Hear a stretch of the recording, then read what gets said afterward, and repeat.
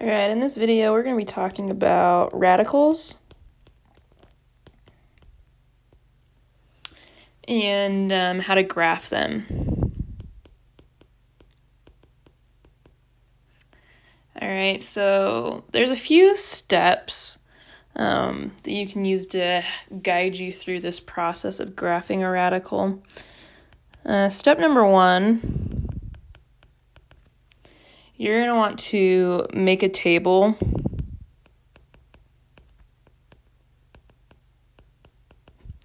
of points. Step 2, you're going to plot those points. And then finally, step 3, you're going to draw your curve, connecting those points. So let's go ahead and just look at an example of probably the simplest radical. Y equals the square root of x. So again, the first thing you want to do is make a table of points. So we're going to go ahead and plug in 0, 1, 4, and 9. So we're going to go ahead and plug 0 in for x. So the square root of 0 equals 0. Square root of 1 equals 1. Square root of 4 equals 2. And the square root of 9 equals 3. So the points that we're going to plot are going to be 0, 0,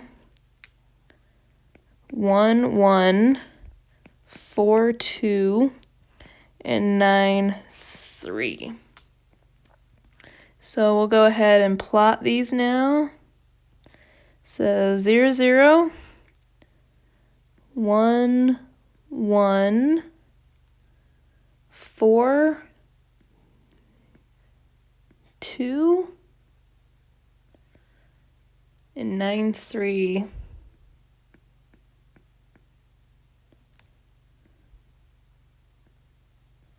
And then you just draw your curve.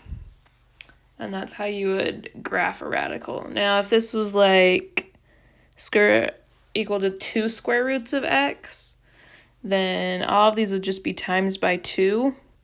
0, 2, 4, 9.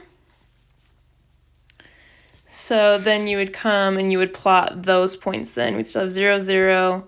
We'd have 1, 2.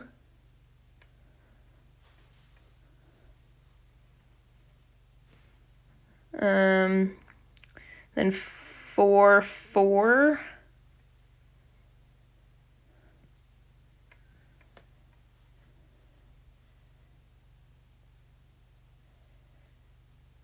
And then 9.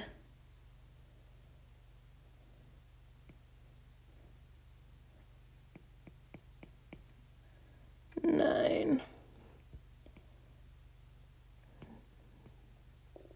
So it'd be a curve, something like that.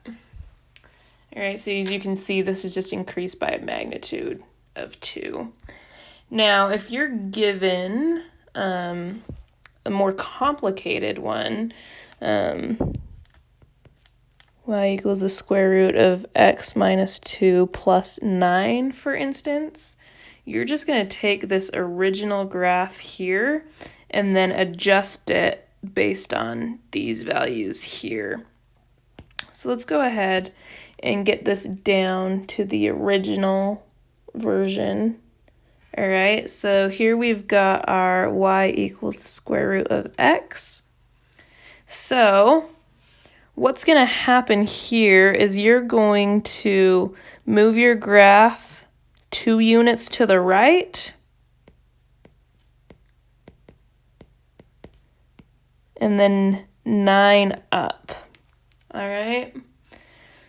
So again, you would take this point, move it 1, 2, and then up 9, and you put your point there. All right. And you do that for all the points, and then you would draw your curve. So a more generalized form to write that is going to be y equals the square root of x minus h plus k. So again, move h units right,